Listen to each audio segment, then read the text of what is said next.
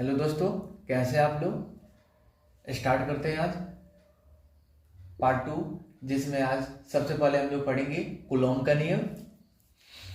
तो कूलॉम का नियम कूलॉम नामक वैज्ञानिक ने बताया था। इन्होंने बताया कि मान लेते हैं कोई Q1 आवेश है और एक Q2 आवेश है। अगर इनके बीच की दूरी r हो तो इनके बीच जो लगने वाला जो आकर्षण और विकर्षण बल F होगा, इनके बीच में इन्होंने एक संबंध बताया जिसे हम कूलॉम का नियम के नाम से जानते हैं। ये दो नियम होता है, जिसमें पहला जो नियम इन्होंने बताया, क्या बताया कि दोनों आवेशों के गुणनफल के ये जो कूलॉम बल लगेगा, ये Q1 और Q2 के बीच जो लगने वाला Q1 और Q2 के बीच जो लगने वाला कूलॉम बल लगेगा, या आकर्षण बल लग सकता है या विकर्षण बल लग सकता है, ये दोनों आवेशों के गुणनफल के समानुपाती होता है। क्या मतलब,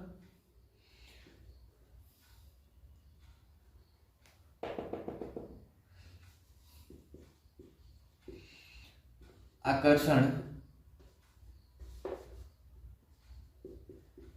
दोनों आवेशों के बीच लगने वाला बल दोनों आवेशों के गुणनफल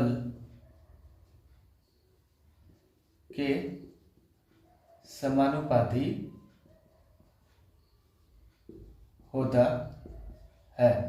यानी ये जो Q1 आवेश है और ये जो Q2 आवेश है, इनके बीच जो लगने वाला F बल होगा, इन दोनों आवेशों के मल्टीपल के समानुपाती होगा। यानी Q1 और Q2 आवेश के गुणनफल के जो F बल होगा, क्या होगा जी, समानुपाती होगा।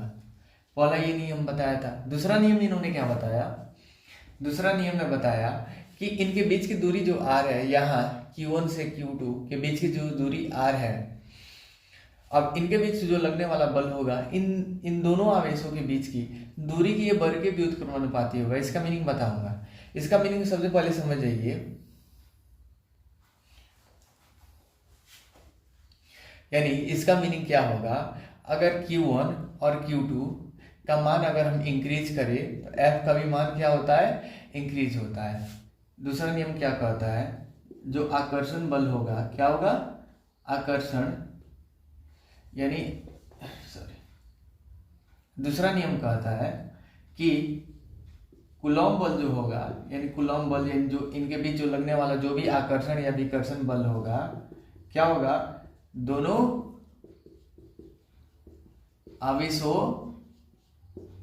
के बीच के दूरी के वर्ग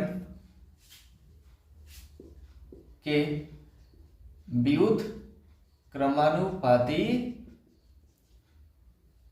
होता है। यानी दोनों आवेशों के बीच की दूरी के क्या होता है, बीच के दूरी के वर्ग के व्युत्क्रमानुपाती होता है। यानी F जो होगा वो क्या होगा, 1/r², यानी इसके वर्ग के व्युत्क्रमानुपाती होगा। मतलब क्या, यहाँ पे अगर r का मान बढ़ेगा, यानी दोनों आवेशों के बीच की दूरी हम ऐसे बढ़ाते जाए, तो जो F होगा, यानी इनके बीच जो आकर्षण या विकर्षण जो बल होगा, वो क्या होगा, बहुत तेजी से घटते जाएगा। यही दो नियम है। फर्स्ट हमारा लॉ क्या था, F समानुपाती Q1 इंटू Q2। सेकेंड नियम तक क्या था, F व्युत्क्रमानुपाती 1/r²।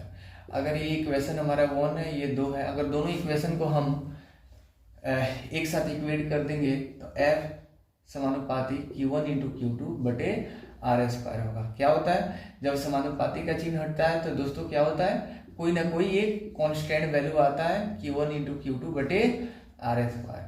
तो ये रहा तुम्हारा कूलॉम का नियम।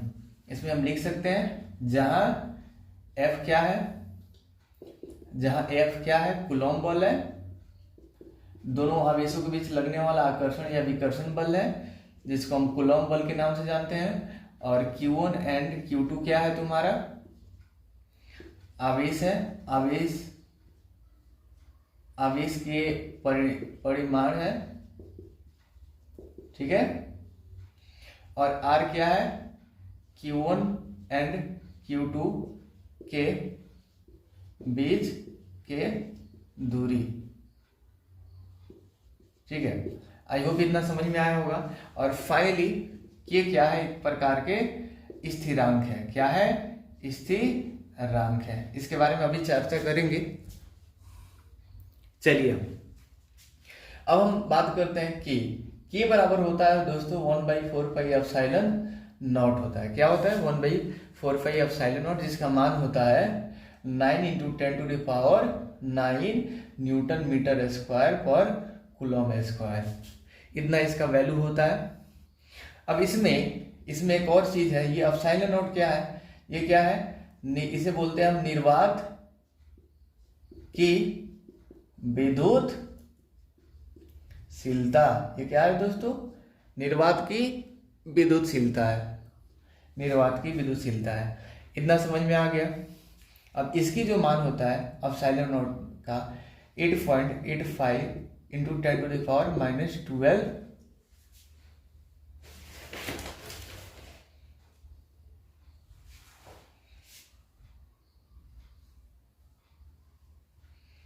कूलम स्क्वायर और newton metre square. I hope इतना समझ में आ गया होगा कि ये कहाँ से आता है। अब सवाल ये है कि के का मात्रक कितना कहाँ से आता है, तो यहां से हम निकाल सकते हैं। ये के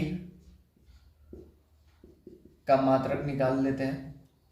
ठीक है, तो देखते हैं। F बराबर के Q1 × Q2 बटे R स्क्वायर, माफ कीजिएगा यहाँ पे R स्क्वायर है।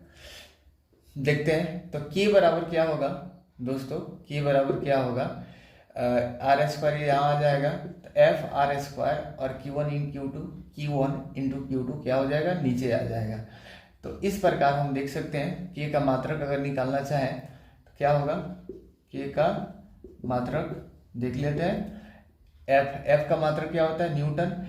ये आर क्या एक प्रकार की दूरी है, तो दूरी का मात्रक क्या होता है? मीटर होता है। स्क्वायर है तो स्क्वायर लगा देते हैं, और बटे क्या है? Q1 × Q2, यानी क्यू का आवेश कितना, क्यू का मात्रक कितना होता है? कूलम होता है। 2 बार है तो कूलम का स्क्वायर। इस प्रकार मैंने यहाँ पे ये लिखा था। तो के का मात्रक कितना होता है? न्यूटन मीटर स्क्वायर पर कूलम स्क्वायर। आई होप इतनी बातें आप लोग को समझ में आ गई हो। आवेशों के अध्यारोपण का सिद्धांत। क्या पढ़ने जा रहे हैं? आवेशों के अध्यारोपण का सिद्धांत। तो जानते हैं, देखते हैं कि आवेशों के अध्यारोपण का सिद्धांत क्या है, इसका मीनिंग क्या होता है। तो देखते हैं, इसका मतलब ये होता है बहुत से आवेशों के कारण, ठीक है, बहुत से आवेशों के कारण किसी एक आवेश पर कितना बल लगेगा, इसी को बोलेंगे हम आवेशों के अध्यारोपण का सिद्धांत। तो इसको समझते हैं। मान लेते हैं यहाँ पर Q1 आवेश है, यहाँ पे Q2 आवेश है और यहाँ पे Q3 आवेश है, और इस बिंदु P पर कोई एक आवेश है, यहाँ पे Q1 आवेश है मान लेते हैं। तो अब इस Q आवेश पर कितना कूलम बल का लगेगा, तो हम यहाँ पे समझेंगे इस बिंदु P पर इस Q आवेश के कारण, ठीक है, इन तीनों आवेशों के कारण कितना कूलम बल लगेगा। तो हमें पता है इसके कारण इधर बल लगेगा, ठीक है, मान लेते हैं F1 बल लग रहा है। अब इसके कारण इधर लग रहा है F2 बल लग रहा है, ठीक है, और इस Q3 के कारण किधर इधर बल लग रहा है, F3 बल लग रहा है। अब ये तीनों जो बल लग रहा है ये क्या होगा? अब मान लेते हैं यहाँ से यहाँ की दूरी R1 है, यहाँ से यहाँ की दूरी R2 है और यहाँ से यहाँ की दूरी R3 है। तो आवेशों के अध्यारोपण के सिद्धांत के अनुसार क्या होता है, ये Q आवेश है, ठीक है, आवेशों के अध्यारोपण के सिद्धांत के अनुसार क्या होता है, मतलब क्या, अब इस पर जो लगने वाला कुल यानी टोटल टोटल जो फोर्स होगा, कुल जो फोर्स होगा क्या होगा, इन तीनों फोर्सों के यानी तीनों बलों के बराबर होगा, यानी F1 plus F2 plus F3 के सदिश योगफल के बराबर होगा। बेसिकली यही जो है एक्चुअल में अध्यारोपण का सिद्धांत है। अध्यारोपण के सिद्धांत के अनुसार क्या होता है, अनुसार किसी आवेश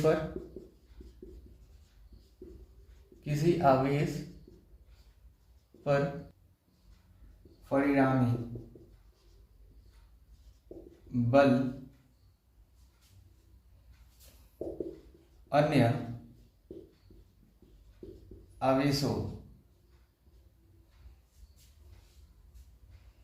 के द्वारा